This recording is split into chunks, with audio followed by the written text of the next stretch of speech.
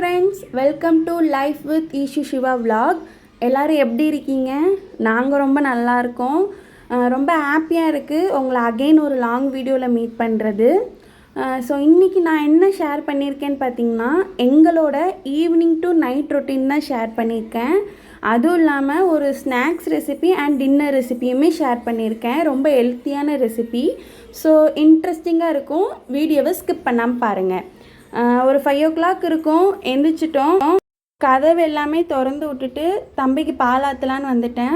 அப்படியே பக்கத்தில் தம்பிக்கு பால் ஆற்றிட்டு ஸ்நாக்ஸுக்காக சக்கரவள்ளி கிழங்குமே வேக வச்சுட்டேன். ஏன்னா நாங்கள் வாக்கிங் போயிட்டு வந்தோடனே தம்பிக்கு பசிக்கும். சரி ஏதாவது ஹெல்த்தியாக ட்ரை பண்ணலான்னு சொல்லிட்டு இப்போ ஒரு 2 days தான் ஃபாலோ பண்ணிகிட்ருக்கேன். ஸோ அவனுக்கும் அப்படியே வேக வச்சுட்டு நானும் தம்பியும் அப்படியே ஃப்ரெஷ்ஷாக போயிட்டோம். ஃப்ரெஷ் ஆகிட்டு சரி அப்படியே வெளி வேலையெல்லாம் முடிச்சிடலாம் அப்படின்னு சொல்லிட்டு அப்படியே வெளி வேலையும் பார்க்க ஆரம்பிச்சிட்டேன்.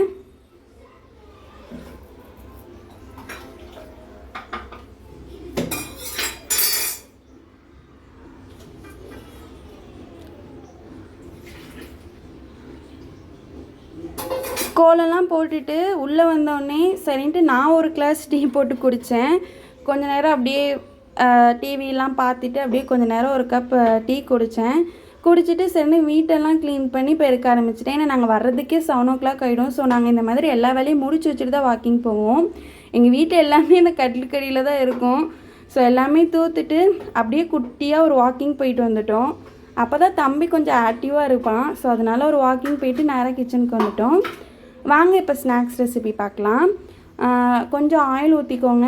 கடுகு, கருவேப்பிலை, வெங்காயம் போட்டுட்டு பச்சை மிளகா இருந்தால் நீங்கள் பச்சை மிளகா போட்டுக்கோங்க. எங்ககிட்ட பச்சை மிளகா இல்லை. ஸோ நான் அன்றைக்கி காஞ்ச மிளகா போட்டு நல்லா வதக்கிட்டு கொஞ்சம் வதங்கினதும் உப்பும் மஞ்சத்தூளும் போட்டுக்கோங்க.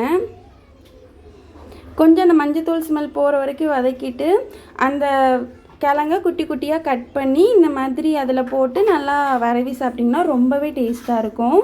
ஸோ அதை அப்படியே சாப்பிட்டுட்டு டைம் ஸ்பெண்ட் பண்ணிவிட்டு டைம் ஒரு 8 o'clock இருக்கும். சரி டின்னர் செய்ய வந்துட்டேன். வாங்க நம்ம தோசை ரெசிபி பார்க்கலாம். இது ஒரு 4 hours 5 hours ஊறுனா போதும். பச்சைப்பயிறு நான் 2 கிளாஸ் பச்சைப்பயிரும் 1 கிளாஸ் அரிசியும் போட்டிருந்தேன். கொஞ்சம் வெந்தயம் போட்டு ஊற வச்சுருந்தேன். ஒரு 5 hours வச்சுருந்தேன்.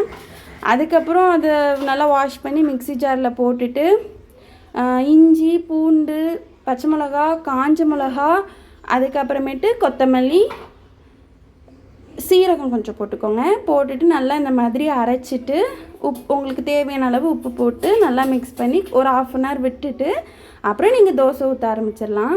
இது ரொம்பவே ஹெல்த்தியான ரெசிபி. நீங்கள் கண்டிப்பாக சின்ன பிள்ளைங்க 1 yearலேருந்தே கொடுக்கலாம். என் பையன் இதை நல்லா விரும்பி சாப்பிடுவான். அவனுக்கு செட் ஆகிடுச்சு. ஸோ நீங்களும் உங்கள் பேபிக்கு செட் ஆச்சுன்னா கண்டிப்பாக கொடுக்கலாம். ரொம்பவே கிறிஸ்பியாக இருக்கும். நல்லா மெலிசாக ஊற்றினீங்கன்னா டேஸ்ட்டாகவுமே இருக்கும். இந்த அடை தோசைன்னு சொல்லுவாங்கள்ல அந்த ஒரு டேஸ்ட் வரும்.